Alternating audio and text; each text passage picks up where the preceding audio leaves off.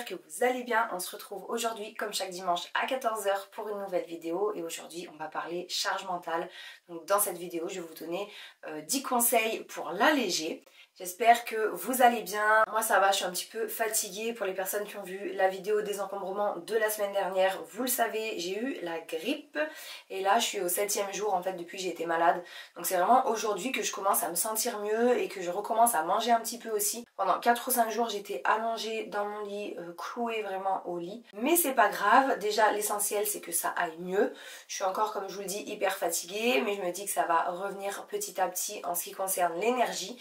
Et je suis quand même super contente de vous retrouver aujourd'hui, de vous filmer cette vidéo. J'espère que ça vous plaira. D'ailleurs, si c'est le cas, n'hésitez pas à soutenir mon travail en vous abonnant à la chaîne, en laissant un petit commentaire. J'ai eu la question, vous pouvez uniquement laisser un petit emoji, un petit smiley, ce que vous voulez. Ça compte comme un commentaire et ça aide à développer la chaîne en fait. C'est tout bête, ça prend une seconde. Mais en tout cas, voilà, je remercie à nouveau toutes les personnes qui me laissent des petits commentaires, des petits j'aime sous les vidéos. Ça me touche énormément, ça me fait très plaisir. Et maintenant, c'est parti pour les conseils. Et vous allez voir, le dernier conseil, je me rends compte mine de rien, il est très simple, mais c'est celui avec lequel j'ai encore le plus de mal. C'est celui, on va dire, que j'ai le plus de mal à mettre en place au quotidien. Donc restez bien jusqu'à la fin de la vidéo pour voir ce que c'est, mais vous allez voir, c'est vraiment tout bête. La charge mentale, tout le monde connaît, entre le ménage, les repas, le travail, les rendez-vous, les loisirs, si on a des activités régulièrement chaque semaine, les enfants, etc. On est très vite débordé. Parfois on a du mal à faire rentrer dans une journée tout ce qu'on a à faire. Moi-même je subis ma charge mentale de temps en temps et c'est pour ça qu'en fait j'avais envie de vous partager mes petites astuces quotidiennes, histoire d'être moins stressée, d'être plus sereine et au final d'être mieux organisée dans ces journées parce que ça fait vraiment du bien quand on arrive à faire un petit peu redescendre tout ça. Conseil numéro 1, planifier. La planification, c'est vraiment la clé pour alléger sa charge mentale. Et pour ma part, j'ai deux types de planification qui sont essentiels et que j'intègre tout le temps dans ma routine. D'une part, la planification quotidienne via une to-do list et la planification hebdomadaire. Moi, pour le coup, j'utilise Google Agenda pour planifier ma semaine. Pour ce qui est de la to-do list quotidienne, je préfère vraiment la faire la veille. Comme ça, je sais que quand je me lève le matin, ma journée, elle est déjà préparée et j'ai plus qu'à mettre en action en fait ce que j'ai prévu de faire la veille. Alors que quand je fais ma to-do list le matin, souvent je traîne, je prends plus de temps à la faire et tout et je perds déjà du temps sur ma journée. En plus je me lève, je sais même pas encore ce que je vais faire exactement, par quoi je vais commencer, donc c'est un peu flou et du coup tout de suite je suis moins motivée, moins dynamique, j'ai l'impression que je vais être moins efficace. Alors que quand je m'endors le soir, alors que je viens de terminer ma to-do list du lendemain, bam, je me pose pas de questions, le lendemain matin je me lève, je prends mon petit déjeuner, je me prépare et j'attaque. Je me laisse pas le temps de réfléchir, pas de temps de perdre du temps que j'ai déjà commencé. Donc le but de la to-do list, c'est de noter toutes les tâches qu'on va devoir accomplir et l'idée c'est de les classer par ordre de priorité, c'est-à-dire que vous allez noter en haut de votre liste les choses à faire vraiment impérativement. Donc vous pouvez vous noter par exemple 3 choses vraiment importantes à faire dans la journée et après ce qui suit, c'est sûr que c'est bien de pouvoir les faire aussi, mais si on ne les a pas faites, c'est pas la fin du monde non plus, on va pas se stresser pour ça. Mais par exemple si on a des tâches administratives à faire impérativement ce jour-là parce que y a une date butoir, etc., ça c'est des choses qu'on va éviter de remettre au lendemain parce que sinon on l'a sur la conscience. Et franchement, ça aide pas niveau charge mentale. Voilà, donc c'est tout simple. Une fois que la liste est faite, on va commencer par les choses les plus urgentes. Et le fait de tout noter sur papier, ça permet vraiment de visualiser ce qu'on a à faire et de rester concentré sur l'essentiel sans se disperser. Après, si vous préférez noter ça dans les notes de votre téléphone, sur votre ordinateur, etc., peu importe, vraiment choisissez le support qui vous convient le mieux. Moi, c'est vrai que j'aime bien le faire sur papier. Pour moi, c'est plus simple et je sais pas, visuellement, j'aime bien. Après, je raye et tout ça et je trouve que c'est satisfaisant aussi. Une fois que j'ai pu rayer un max de trucs, c'est comme on préfère quoi. Ensuite, pour le planning hebdomadaire, j'utilise Google Agenda. Je trouve que c'est hyper intuitif. C'est clair, on a tout sous les yeux, franchement c'est assez sobre et tout comme design, c'est hyper agréable à utiliser. En plus j'ai téléchargé aussi l'application sur mon téléphone, comme ça tout ce que je me suis noté sur l'ordinateur dans Google Agenda, je le retrouve également sur mon téléphone. Si je bouge dans la journée et tout, je sais où j'en suis. J'aime bien me noter vraiment ce que j'ai à faire avec des horaires tout au long de la journée. Comme ça je sais si je suis dans les temps ou pas. Et voilà, j'aime beaucoup Google Agenda parce que ça permet d'avoir une vue d'ensemble sur ma semaine. J'aime bien prendre le temps chaque dimanche soir de noter les événements importants de ma semaine. Par exemple si j'ai des rendez-vous, des sorties, des réunions visio, ce genre de choses, vous voyez. J'ajoute des créneaux aussi pour des tâches personnelles, des tâches ménagères. Après voilà, j'ai tout ce qui concerne YouTube, le travail. J'essaye de programmer aussi à l'avance mes séances de sport pour être sûre qu'elles soient intégrées dans mon planning. Parce que si je les intègre pas, au final j'arrive à la fin de la semaine et souvent j'ai pas eu le temps de faire tout ce que je voulais faire niveau sport. J'ai réussi à caser qu'une séance ou deux, alors que je sais que quand je planifie tout dès le dimanche soir, que tout est noté, j'arrive beaucoup mieux à m'y tenir. Ça permet vraiment de mieux gérer son temps sur la semaine, répartir les tâches, répartir les moments de détente. Ça pareil, les moments de détente, je me réserve vraiment des créneaux. Ce que j'appelle moment de détente, ça va être un moment où je vais pouvoir passer 30 minutes dans ma salle de bain à me faire des soins, des trucs comme ça. Je reste chez moi, mais en tout cas le fait de m'être réservé le créneau dans mon planning, ça va me permettre de le faire réellement. Parce que si je me le note pas et je me dis voilà dans la semaine je prendrai le temps de me faire un gommage du visage ou un truc comme ça, il y a 99% de chances qu'au final ça passe à l'as parce que j'ai pas eu le temps. Après c'est sûr que voilà, c'est bien beau de faire son planning, de tout se noter horaire par horaire. Moi j'adore Google Agenda parce que je me suis fait un petit code couleur pour chaque catégorie de tâches et tout, donc c'est hyper visuel. Vous pouvez choisir des couleurs qui vous plaisent, donc pareil c'est motivant. Mais bien sûr il faut s'y tenir, ça va pas se faire par le Saint-Esprit, c'est vraiment à vous après de respecter ce que vous avez noté. Et moi pendant longtemps je me suis noté tout un tas de choses comme ça. Et puis au final, je respectais pas les horaires, je respectais pas toujours ce que je m'étais noté. Et en fait, c'était tout autant le fouillis dans ma tête. Et l'heure que j'avais passée le dimanche soir pour programmer toute ma semaine, en fait, elle m'avait servi à rien, c'était une heure de perdu. Parce qu'après, j'appliquais pas en fait ce que j'avais mis en place. Et donc, je trouve que c'est dommage. Vraiment, faites le test sur une semaine de vous tenir à ce que vous êtes marqué vraiment heure par heure. Et vous allez voir.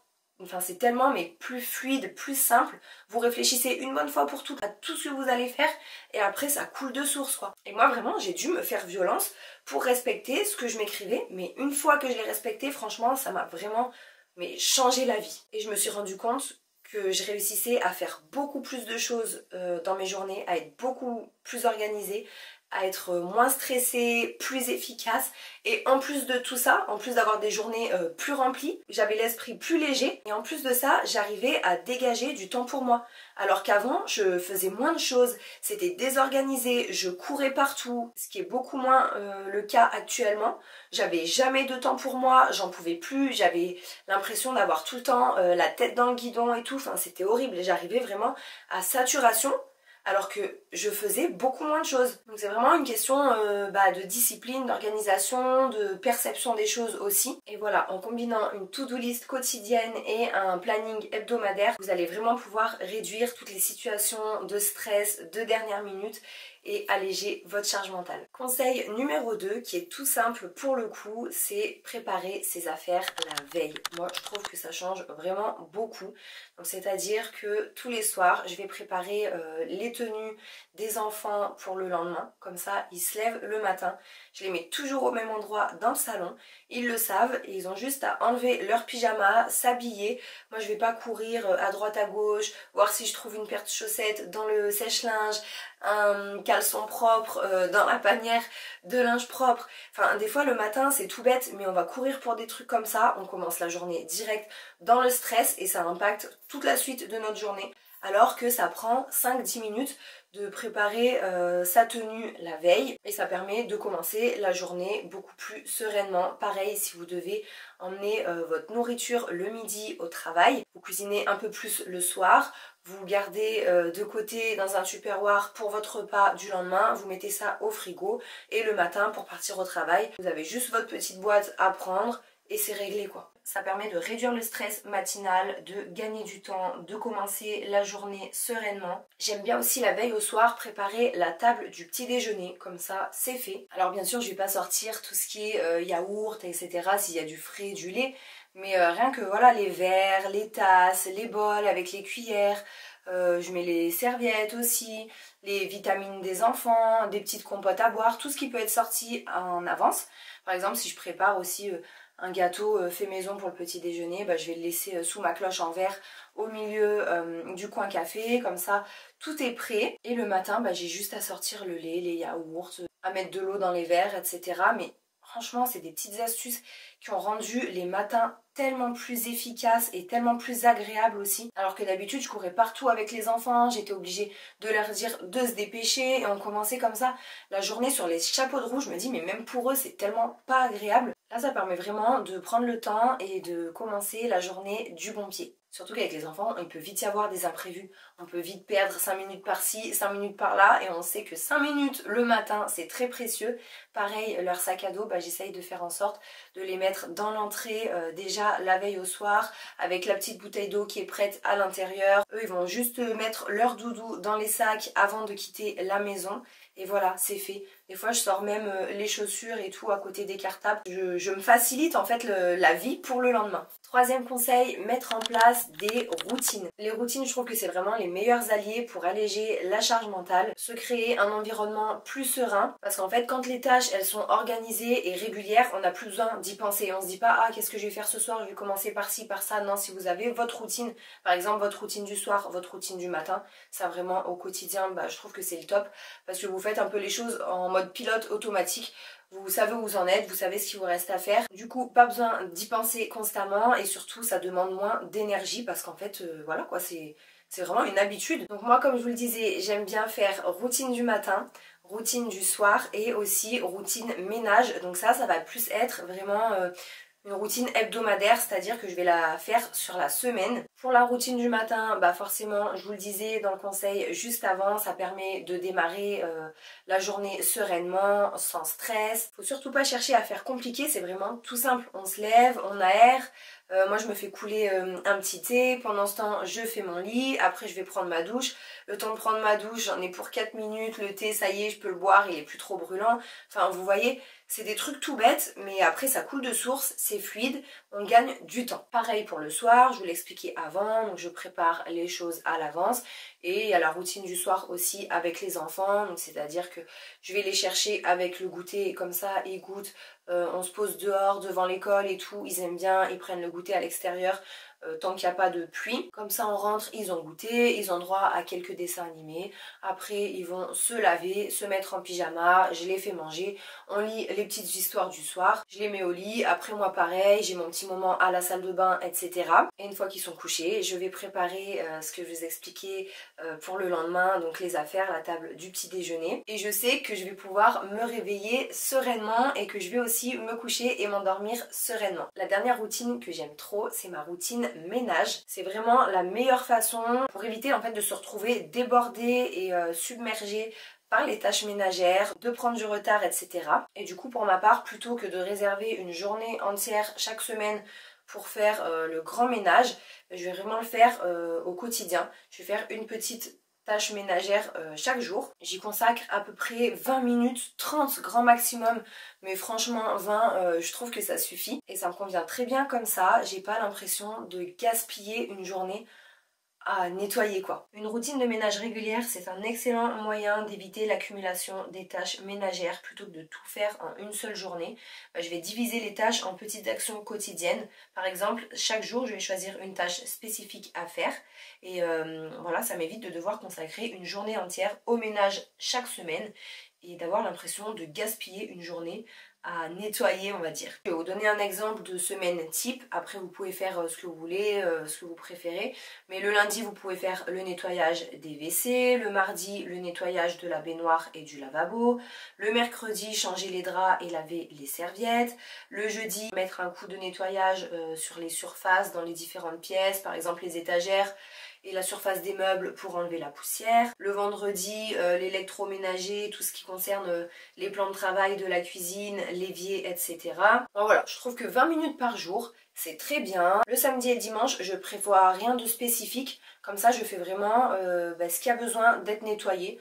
Donc ça peut être la plaque du four ou l'intérieur du four, Vraiment c'est voilà, c'est variable, mais le but c'est de ne pas y passer trop de temps et en fait le fait d'entretenir toute la semaine, bah, vous avez un logement qui est toujours plutôt propre et agréable à vivre, donc ça je trouve que c'est trop cool. Et après moi en ce qui concerne les sols, j'ai la chance d'avoir un robot qui aspire et qui nettoie, donc là pour le coup je le lance tous les jours dans tout l'appartement, il suffit que ce soit rangé pour qu'il puisse bien passer partout. Comme ça les sols sont entretenus au quotidien. L'idée c'est vraiment de faire une petite tâche chaque jour de manière rapide et sans pression. D'ailleurs, vous le savez maintenant, pour les tâches ménagères, ça fait plus de 2 ans déjà que j'utilise les produits de chez Everdrop, qui est une marque qui propose des produits écologiques de nettoyage pour la maison, pour la vaisselle, etc. D'ailleurs, le spray que vous me voyez utiliser à l'écran, c'est le spray nettoyant universel. J'utilise vraiment quotidiennement parce qu'il permet de nettoyer toutes les pièces, aussi bien la salle de bain que les surfaces des meubles, la cuisine, les tables, les plans de travail. Chez Everdrop, pas de plastique à usage unique. Vous allez passer votre commande, recevoir vos petits sachets de poudre à reconstituer dans de l'eau, donc soit dans des contenants que vous avez déjà à la maison, soit dans un contenant que vous commandez sur le site également, et vous allez reconstituer votre petit sachet de poudre dans de l'eau pour créer votre nettoyant. Le spray universel est constitué d'une formule multi-active qui lui permet de nettoyer puissamment, de dégraisser, ça apporte brillance et propreté sur toutes les surfaces. Il est naturel, donc la formule est 100% sans danger pour les aliments. Il n'y a pas de microplastique, c'est vegan, pas de produits chimiques. En bref, pour la santé, il est top et surtout pour le nettoyage, il est très efficace. Comme je vous le disais juste avant, sur le site, il y a possibilité de commander un contenant, donc la petite bouteille de spray que vous me voyez utiliser. Et ce qui est très pratique, c'est que vous pouvez choisir également le type de spray que vous préférez. Donc soit un spray assez ciblé, bien précis, soit un spray plus diffus pour répartir le produit uniformément sur une surface un petit peu plus large. Pour finir, chez Everdrop, vous avez la possibilité de commander vos produits sous forme d'abonnement. Alors c'est pas obligatoire, vous pouvez très bien passer une commande de façon classique, voilà, une commande par-ci ou par-là pour tester quelques produits. Mais ça peut être intéressant en ce qui concerne justement la charge mentale d'utiliser ce système d'abonnement parce que vous allez pouvoir sélectionner vous-même la fréquence de réception de vos produits de nettoyage en fonction de l'utilisation que vous en faites chaque mois et vous n'avez pas à penser à chaque fois à recommander des produits dès qu'il commence à vous en manquer, ça se fera vraiment automatiquement. Ça fait une chose de moins à laquelle penser. En plus de ça, c'est un abonnement qui est sans engagement et les prix des produits vous reviennent moins cher en abonnement qu'en commande unique. Par exemple, le spray nettoyant universel dont je vous parle depuis tout à l'heure revient en moyenne à 2,16 € par mois, ce qui est très raisonnable pour un produit écologique et efficace. Comme d'habitude, j'ai des codes promo pour vous. Donc le premier, c'est le code MatouClean15 qui apportera 15% de réduction à toutes les personnes qui n'ont encore jamais passé commande. Et ensuite, il y a le code MatouClean10 pour tous les clients qui ont déjà commandé et il vous apportera 10% de réduction. Je vous laisse le lien du site Everdrop en description de la vidéo. Vous cliquez dessus pour pouvoir activer directement mes codes. Donc n'hésitez pas à cliquer sur le lien, c'est plus simple et plus pratique. Conseil numéro 4, c'est tout bête, mais c'est apprendre à dire non. C'est pas toujours facile, mais franchement c'est indispensable pour alléger sa charge mentale. Parfois, il va falloir refuser des engagements ou des demandes qui sont pas prioritaires pour nous, parce qu'on sait que si on accepte de faire telle ou telle chose, de rendre tel ou tel service, tel ou tel jour, ça va nous porter préjudice et qu'on va galérer après, et franchement c'est pas le but. Il faut déjà réussir à être bien et assez sereine dans sa vie et son quotidien pour pouvoir aider les autres. Et si on se surcharge avec des choses qu'on va pas pouvoir spécialement réussir à faire, des services qu'on va pas avoir le temps d'honorer et tout, vaut mieux ne pas s'engager ou alors proposer son aide, mais plus tard quand on sait qu'on aura un peu plus de temps, etc. Ça peut paraître égoïste, mais je pense que c'est vraiment important de savoir préserver son énergie et ça permet aussi de se recentrer sur l'essentiel sans se laisser submerger entre guillemets par des demandes extérieures. Conseil numéro 5, on se rend pas compte mais je trouve vraiment important celui-là, c'est éviter les distractions inutiles. Donc ça peut être trop de notifications sur le téléphone, moi je les ai quasiment toutes enlevées sauf les plus importantes qui concernent le travail, les collaborations pour les vidéos, les trucs comme ça. Ça peut être aussi les conversations inutiles. Des fois, on va avoir des conversations qui servent pas vraiment à grand chose, qui vont réduire notre productivité, qui nous apportent rien. Enfin, des fois, on envoie des vocaux par-ci par-là, dans tous les sens, pour des choses qui sont pas spécialement bénéfiques pour nous. Moi, je sais qu'en ce moment, on s'envoie toujours des vocaux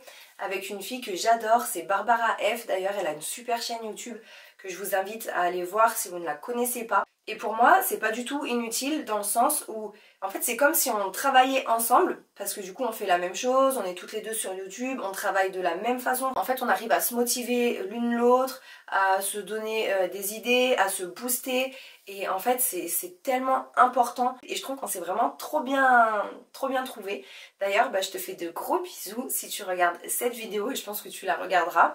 Mais en tout cas, voilà, moi, c'est des conversations qui sont vraiment bénéfique pour moi et pour autant je sais que parfois je discute avec des copines que j'adore hein. Mais quand je discute avec elles à travers des vocaux tout au long de la journée, je sais que c'est pas bénéfique pour moi parce que je vais blablater, je vais brasser de l'air et pourtant j'aime bien ces conversations là, mais dans ce cas je préfère répondre le soir une fois que j'ai fini ma journée de travail et tout ça, parce que je sais que voilà ça va me retarder, je vais faire les 400 pas dans mon appartement en même temps que je discute et au final il y a le temps qui file. En tout cas voilà, je trouve que quand on travaille c'est vraiment important de couper les distractions comme les notifications sur le téléphone ou sur l'ordinateur. Ça permet de créer un environnement calme pour rester concentré sur la tâche qu'on a à faire. Le conseil numéro 7 qui concerne les courses et les repas, ça vous le savez, je vous en parle hyper régulièrement. C'est planifier chaque semaine ses menus, faire sa liste de courses en fonction des menus qu'on va préparer dans la semaine. Comme ça permet de gagner du temps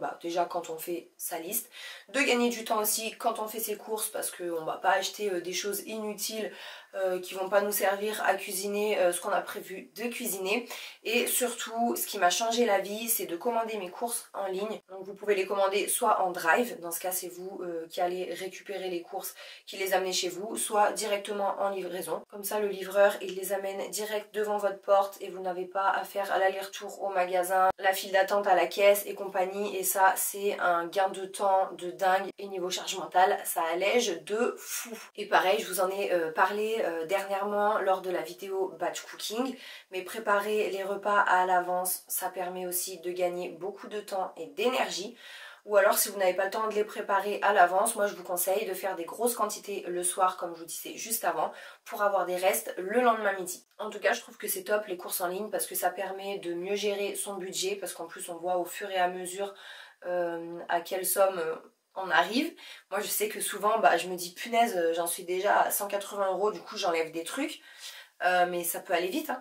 Et ça évite aussi je trouve les achats impulsifs, parce que quand on passe comme ça dans les rayons on tombe toujours sur des petits trucs qu'on n'avait pas vu, des petites nouveautés qu'on a envie de tester, alors que quand vous êtes là sur l'application, sur votre téléphone, il y a moins de choix, vous allez directement taper dans la barre de recherche ce que vous voulez acheter, vous vous en tenez à ça, hop, vous validez et c'est réglé. Conseil numéro 7, faire le linge régulièrement. Ça c'est quelque chose qui a aussi vraiment changé mon quotidien.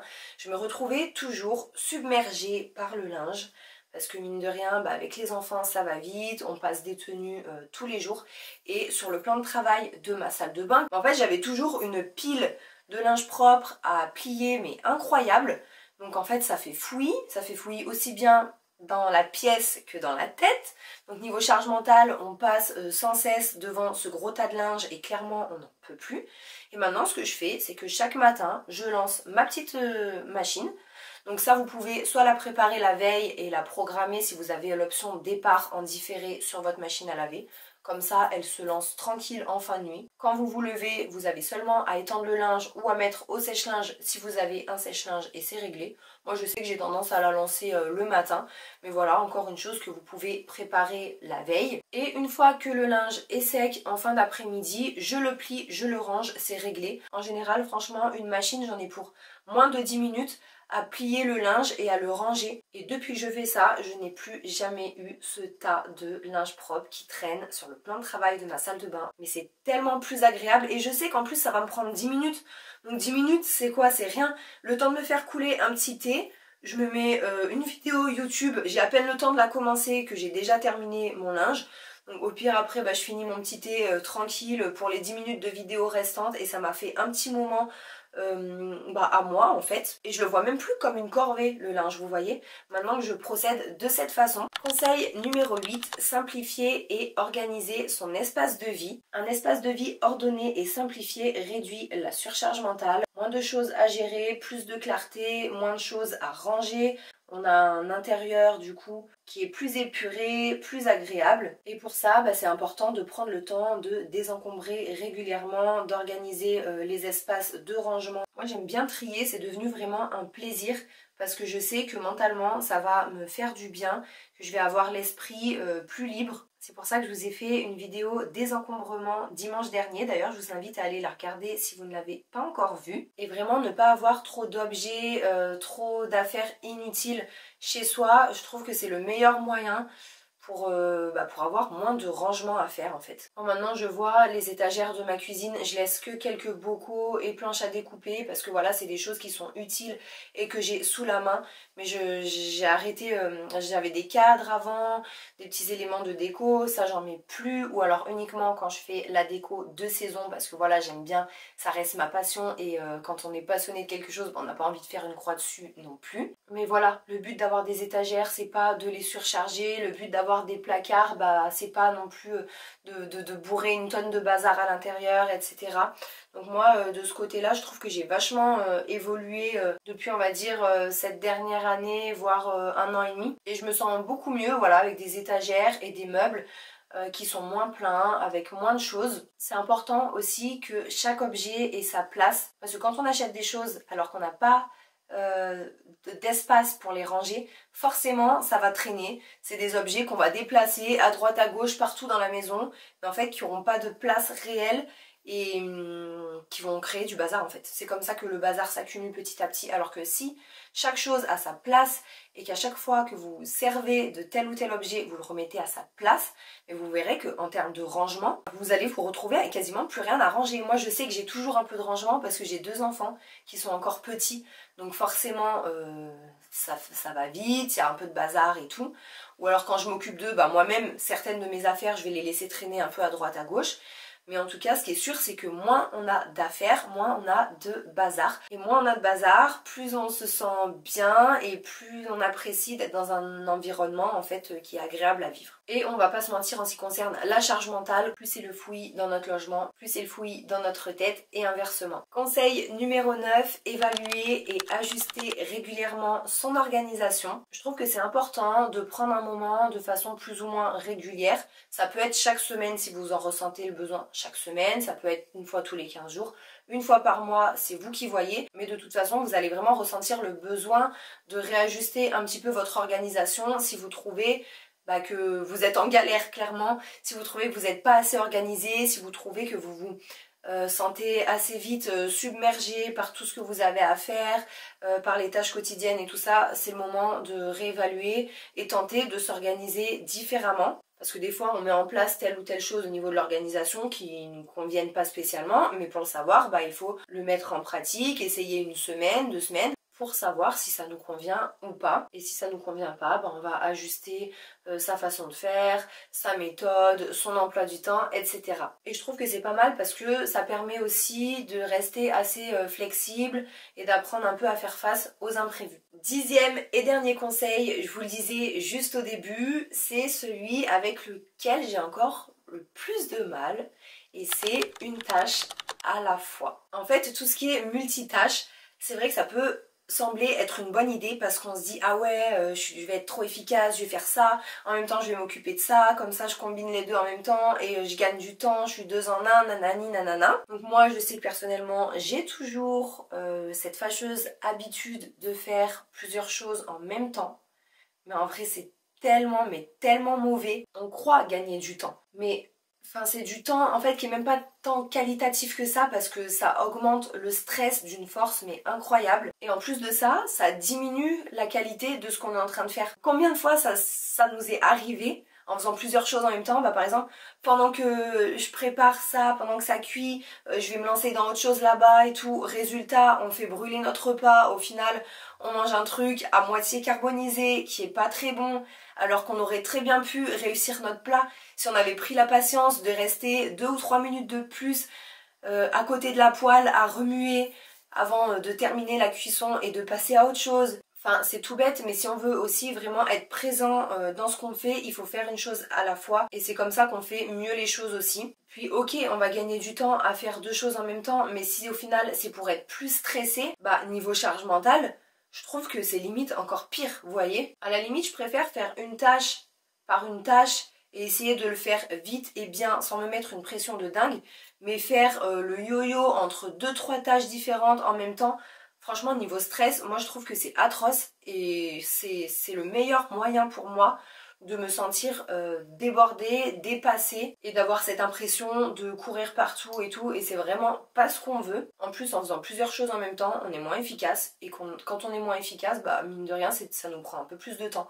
Donc l'un dans l'autre, c'est mieux de se concentrer sur une chose et de le faire plus efficacement. Ça permet de finir plus rapidement, d'éviter de se disperser, de faire les choses bien, et vaut mieux du coup vous référer à votre planning dont je vous ai parlé en conseil numéro 1, en respectant des horaires et tout ça, en étant efficace aussi au niveau des horaires. Et vous savez, si vous avez fait votre planning, vous savez que tout va rentrer en fait dans votre journée, vous le savez.